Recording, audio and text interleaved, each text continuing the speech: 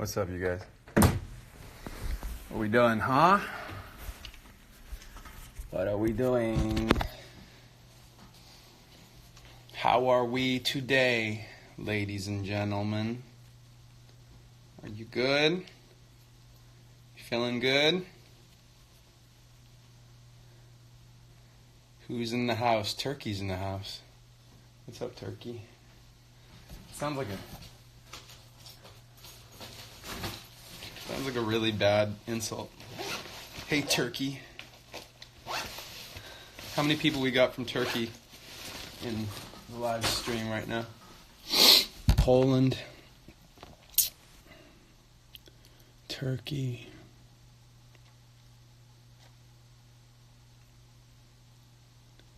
We'll wait till we get, how many people? 5,000? Wait till we get to like 5,000. And we'll chat. We can chat. Oh, side note though. How much do we hate these, you guys? iPhone users. Hate these, right? I was trying to play something for somebody the other day, and I think I spent 30 minutes running around trying to find one of these in the house. Ugh. I mean, you can play it off your phone, but annoying. All right, 5,000. What's up, you guys? We are here. So, lots going on. Announced the new album yesterday. Put out the new songs, 2 new songs and videos. Talked to a couple people, did a couple interviews. Thank you for the feedback and the all the support, and keep it up. It's effectively like a brand new. I feel like I have like a brand new, like I'm a new artist. Like this is my debut record, and in fact it is, because it's not Linkin Park, it's not Fort Minor. So to some degree building some of it from scratch, but even though all those other things, the other stuff that I've done aside, I do rely on your support and all that stuff. So meaning support in whatever way that you can give. So I appreciate that very much. People tweeting, posting on social media, Instagram, Facebook, whatever, telling people about the new music and videos, sharing it. Feel free to hit up your radio station, your favorite publications, favorite even YouTube channels. I mean, I want to get out there and tell people about this stuff, and so it's a very international group of folks we got here in the live chat. If you guys have have questions or want to talk about any of this, the new stuff or whatever, let me know. Tell me what's up. Tell me what you want to know. 7th letter, what up? I assume that's Casey. What's up, Casey? Casey, for the record, they had a little, my man Casey and his crew, they had a little, the thing going on with H&M,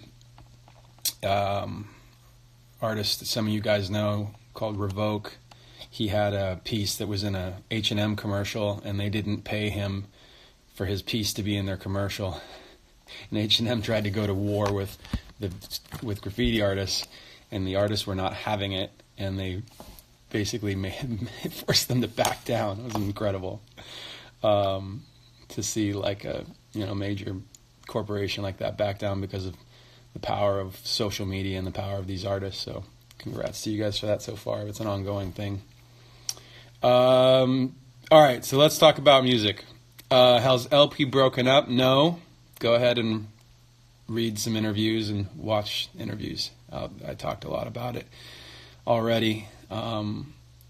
it's just we just don't have answers to what to do. I mean, you know, certain things are obvious and easy, like going in the studio would be easy to do and cool, fun to make new music with the guys. But getting on stage is a big question mark. Just how to do that and make it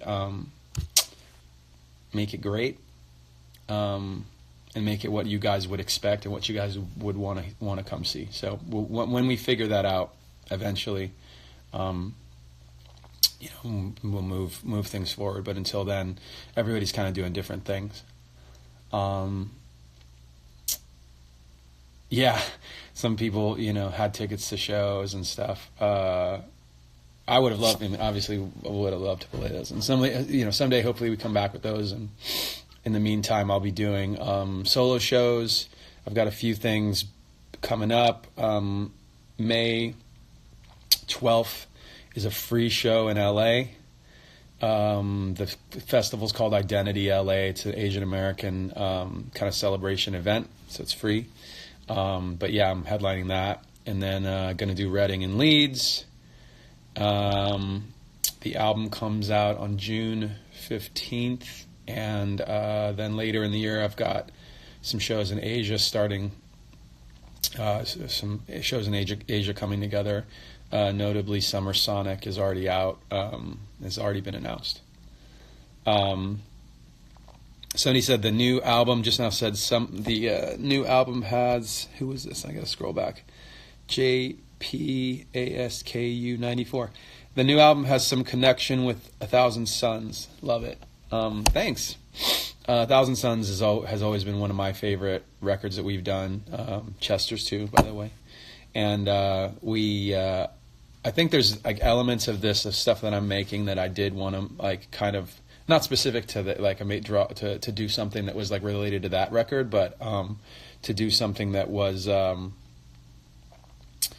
that is like, while certain songs like Crossing a Line is a single, it's meant to go out there that way, and I'm really grateful for the radio stations and the playlisters that are putting it on. And there are other tracks on the record they're not made for that, really. I think I released 2 tracks yesterday. So the other one, which is called Nothing Makes Sense Anymore, that one's more of that vibe that like I was just trying to communicate where I was at the time. In the track listing of the Post-Traumatic album, the album, by the way, is going to be 16 songs, a lot of songs, and it starts, the earliest stuff I wrote, you know, almost 8 months ago. That stuff is earliest on the record. So the beginning of the record starts there. And then it kind of goes, not exactly chronologically, but a little bit chronologically. So it's like starts in a really dark place and then it moves out of that. And so Nothing Makes Sense Anymore is a track early on the record. And then as it goes, you know, things are a little,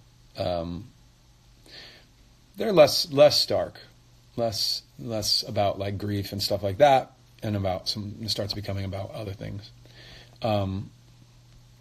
Some of you are joking. Who said that? Razalas 99 said, try touching your shoulders. Some of you guys heard the interview yesterday or saw the stuff that I did with K-Rock. They do like a rapid fire like question thing, and said, you know, what was the question? Something like, what do people not know about you, or like a weird thing. And this is as close to touching my shoulders as my body will do. Like I can't. If you look like from there, that's about like an inch. That's as far as it goes. I can do it this way, but that's it. I got little T-Rex. I got T-Rex arms. Now I don't know if it's like my elbow or if it's like my shoulder. I don't know what the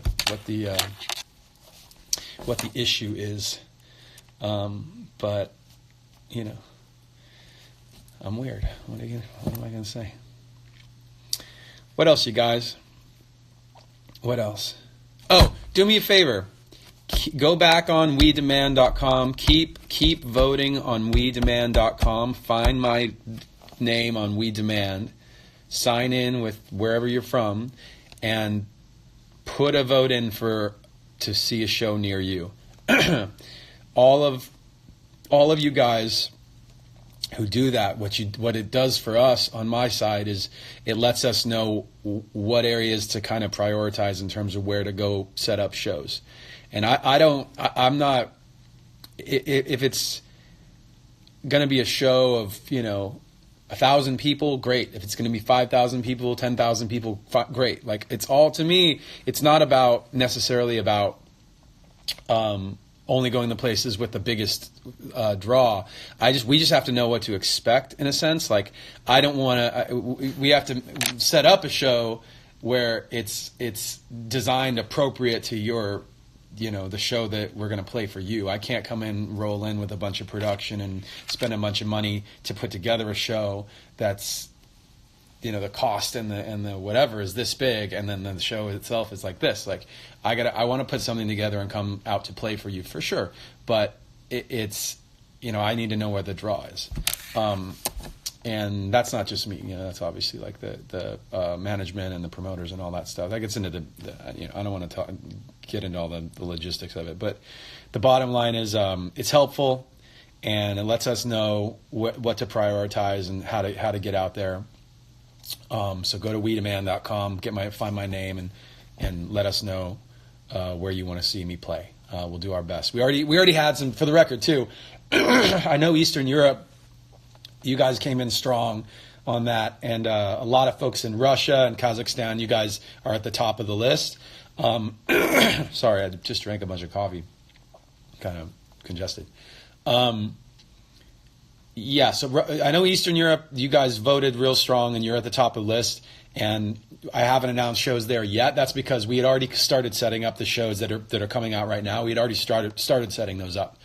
So as it goes, like we're going to start to like get to that list. We're already starting to get to that list now. So just there's a little bit of like lag time. Ukraine, yeah, I know. Eastern Europe, you guys, I see you. Brazil's strong. You guys, Latin America's strong on the voting. And I know that like for the U.S. and U.K. too, you guys, you're more spread out. So you don't usually rank as high on that list.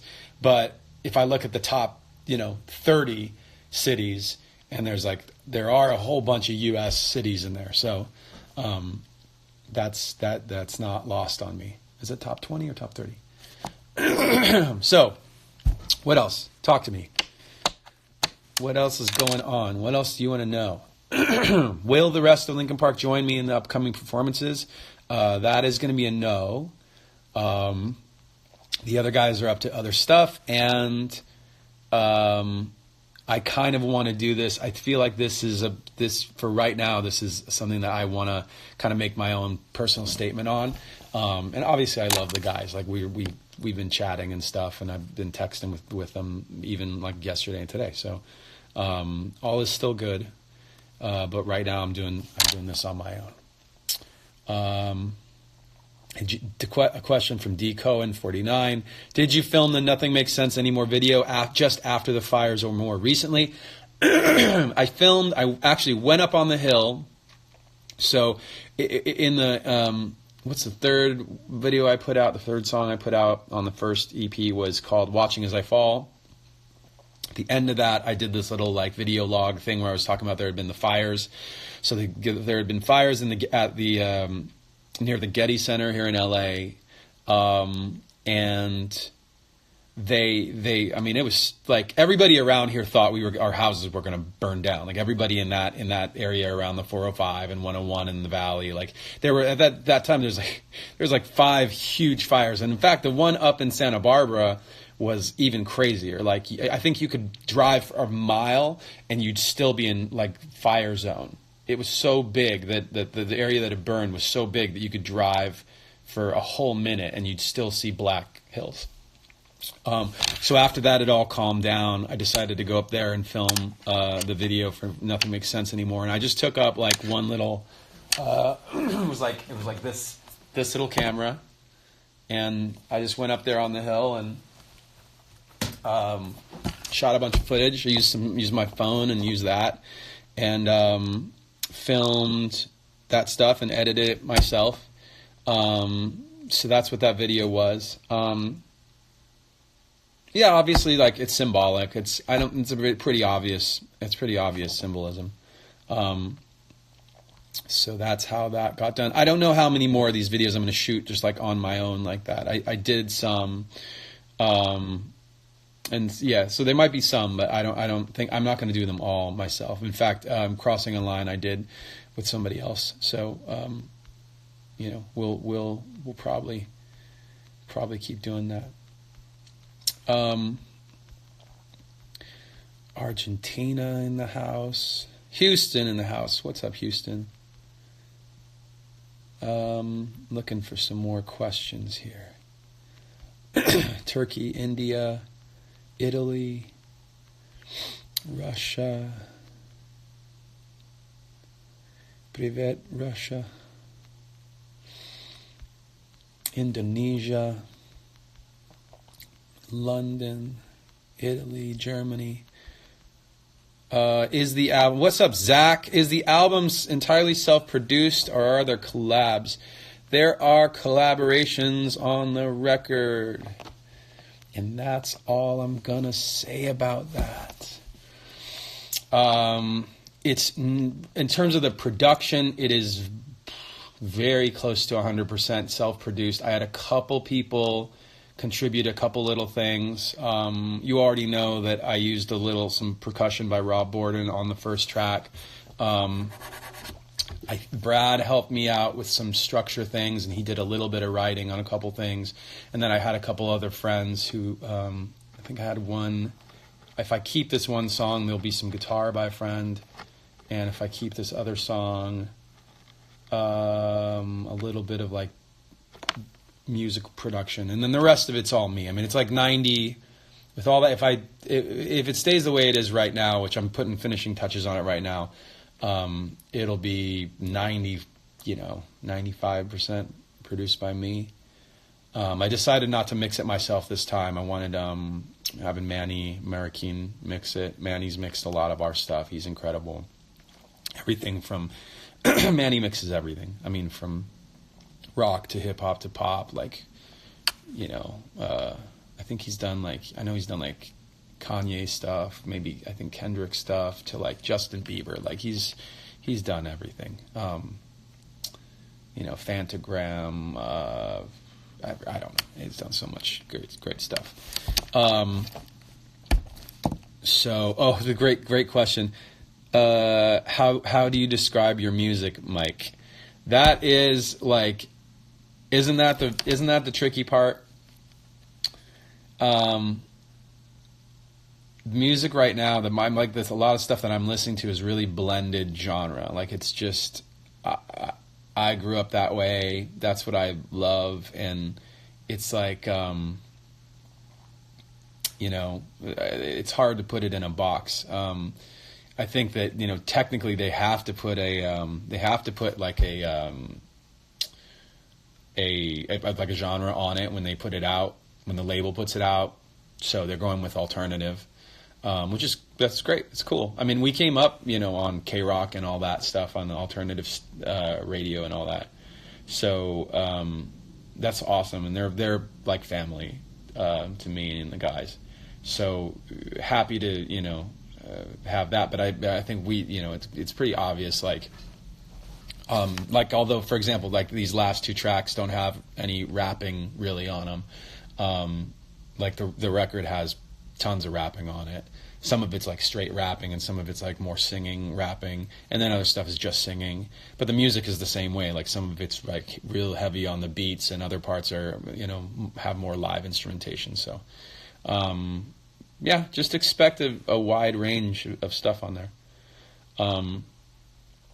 Fort Minor's so underrated. Thank you. Appreciate that. Looking for an answer. That's a good question. I don't think Looking for an Answer is going to be on the record. I had thought about putting it on, and I don't think it's going to be on at this point. Again, I'm not 100% sure, but I don't think it's going to be on it at this point. But, you know, if I may just throw that in the live set. Like, come to the show. If you guys want to hear that, like, obviously all it takes to play that song is a piano and a microphone, so I can do that. how do I feel about performing by myself is a question. It's gonna be fun. Like I don't know. For me, like everything is just very, very like loose. You know, like I don't want to. If I do one show and I feel like, oh, that was cool, but I want to like change the whole approach dramatically, like then I'll change it. You know, it's just, that's how I feel right now. That's how I feel. And so that's cool to like be in here with, you know, to be as I go to like talk to you guys about what you know you're thinking about things and all that.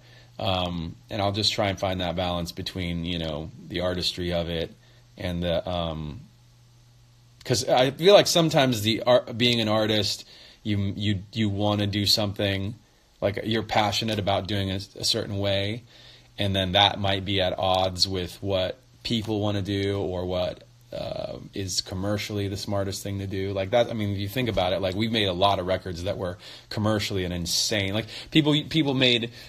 We did 1,000 Suns, which was more of a concept record. People were like, "What the hell is this?" And then we did Hunting Party, which is like a hardcore record, and they're like, "What the hell is this?" Like I know if you're on the side where that's your shit, like then if a concept record is your favorite kind of album, then obviously you're the person who's like, yeah, finally they did it. And everybody, you don't even realize it, everybody else is like, what the fuck is this nonsense? And then the metal record, the hardcore record is the same way. Like hardcore fans were like, cool, they did this like heavy record. And everybody else was like, what the fuck is this? And they didn't listen to it. And then we did One More Light, which is more of a pop record. And people were like, all the metal fans were like, what the hell is this? You know, we're always going to get that. Always going to get it. Tengu, Mike, are you a K-pop star? That's amazing. I'm a J-pop star.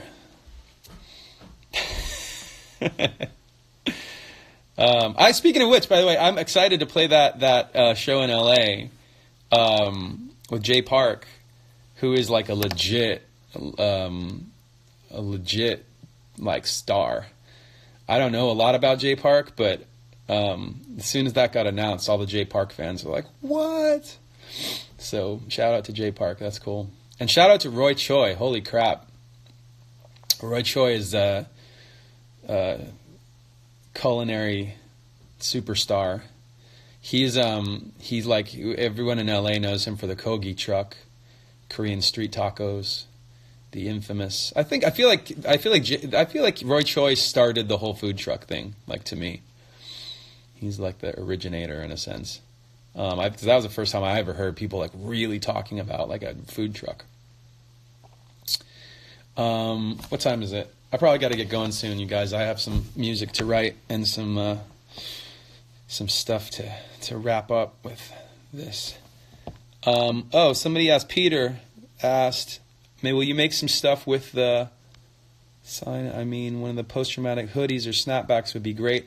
If you guys saw my Instagram story this morning, I was going through samples this morning because every once in a while, like I like to just double check that our blanks, that are the stuff that we're printing on, is like, you know, current and feels, and it's what I would want to wear. Because I wouldn't want to give you guys something or put something on our store that like I wouldn't personally wear. So I usually like to check the blanks and check everything and make sure the fit is cool and that it feels like, you know, the quality is good and it feels good and looks good to me. So I'm making some stuff right now, doing some stuff based on the art of the album. I painted a ton of stuff. I also worked with my friend and my longtime collaborator, Frank. Frank has been with us. We've done all the album covers together. So we made a bunch of images together, and we're doing the merchandise as well. So there'll be some stuff with our art. It's funny because like in some cases, like I did something, and then I gave him the art, and then he tweaked it, or he shot a photo of me, and the art's in the photo, and so it's like it's an interesting collaboration that way. But yeah, I think that's going to be the basis for a lot of the art. And yeah, what else? All you guys asking questions about Linkin Park, just go Google it. because I've talked about it a lot. It's yeah. Thanks very much, you guys. Plan after post-traumatic EP. So the album, post-traumatic album, comes out again. It comes out June 15th, and it is 16 songs. So you guys have now heard 5. There's a whole album of stuff to go, and I'm excited for you guys to hear it. There's, like I said, like I did all the music pretty much. I had a couple of friends help out on a couple things, including some vocalists. We'll talk more about that later. I'm not ready to tell you about any of that yet. That's your screenshot right there. You guys always, every time I make a fucking face, you guys screen grab that shit. Which is all good. Oh, man. By the way, speaking of which, Lorenzo from our office, he just put up a bunch of GIFs on Giphy, and I know you guys have all that, you know, you're passing that stuff around and making your own and stuff. Dude, some of that shit is so funny. It is so funny. So keep doing that stuff. My favorite one is the one of me and me and the other guy both wearing the red flannel in the Crossing a Line video. I love that the flannel has like become a thing. You guys are hilarious. Okay, cool. I'm gonna get ready to take off, or I'm gonna get ready to shut this down and get working. It's work time. Hold on, what do we got here? Hold on, where's it? Yeah, so working. It's work time. Got my little. What do we got going on here? My little Wacom pad. That's not for the music. That's for art. And this is called that white one is called a Schwiemann. It's an analog synth. Although it doesn't look like a synth, it is. You guys know these guys. These pictures back there, that's from when we were recording Minutes to Midnight. So that's the stuff in my studio. People have asked before, what are the paintings in my studio? That is Anthony Mikolev. These are all originals. That's Anthony Mikolev. I'm a huge fan of his. He's incredible. Connor Harrington back here. He's incredible. And then that's Futura. I realized I got that like 10 years ago now. It's crazy that's 10 years old. These are a couple Linkin Park posters that Dalek did. He's awesome. This is actually a traditional hand-painted, it's a Japanese flag. And it's like a vertical flag. You'd be like held on like a big post, and then it attaches to the top and attaches to the sides. Oh, and you guys know who that guy is. That's Shepard. In my vinyl collection.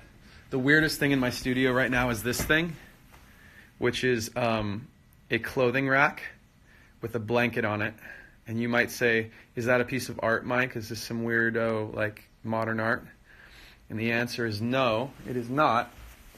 It is for deadening sound. So sometimes if I need the sound of the vocal mic to be extra, like to have no echo of like the room, so then this thing right here catches the sound on this side of the mic, and then I'll be right here, and then that thing will be behind me, and it'll just make the sound of the mic, it'll make it real tight. Like you won't have as much of the sound. If you listen, you can hear the sound of the room. Listen. You hear that? So it makes a little bit of that go away. All right, guys. I'm going to take off. Thanks very much for tuning in. And thanks so much again for supporting the songs and the album. Post-Traumatic comes out on June 15th. Pre-order is up on MikeShinoda.com. Check out the videos, stream the songs. Thankfully, we have limited editions with the art book and T-shirt. The high-level limited edition, I said I was going to sign 500 prints. those are all those. I think like we got those sold out in like the first like hour or two, I think, for the most part. So thanks so much for doing that, and I love you guys, and just yeah, keep spreading the word for me, okay? Talk to you guys soon, and yeah, all that. See you.